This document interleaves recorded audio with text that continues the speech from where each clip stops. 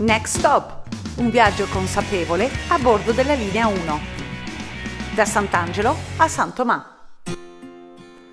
Proprio di fronte alla fermata di Sant'Angelo si staglia Palazzo Pisani Moretta, dall'architettura gotica simile a Palazzo Ducale, famoso per ospitare i balli più esclusivi durante il carnevale, ma anche per essere stato la location del film The Tourist.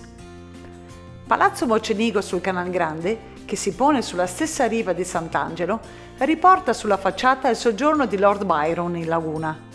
Il poeta è ancora famoso in città per le sue gare di nuoto nei canali, ma anche per essere stato colui che ha soprannominato il Canal Grande la più bella strada principale del mondo, o per aver dato al passaggio tra il Palazzo Ducali e le prigioni il nome di Ponte dei Sospiri.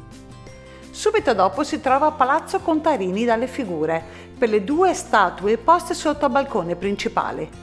La leggenda, mai confermata, narra che rappresentino un uomo che ha perso tutti i suoi denari al tavolo da gioco e la moglie furibonda.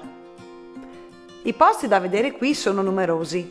La Basilica dei Frari, dove sono ospitati il trittico di Giovanni Bellini, l'Assunta e la Pala Pesaro del Tiziano e il suo mausoleo, oltre a quello di Canova, dove però riposa solo il cuore.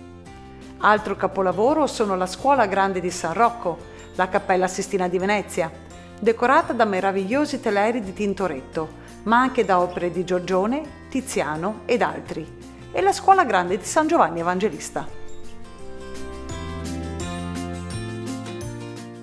Next stop, Carezzonico.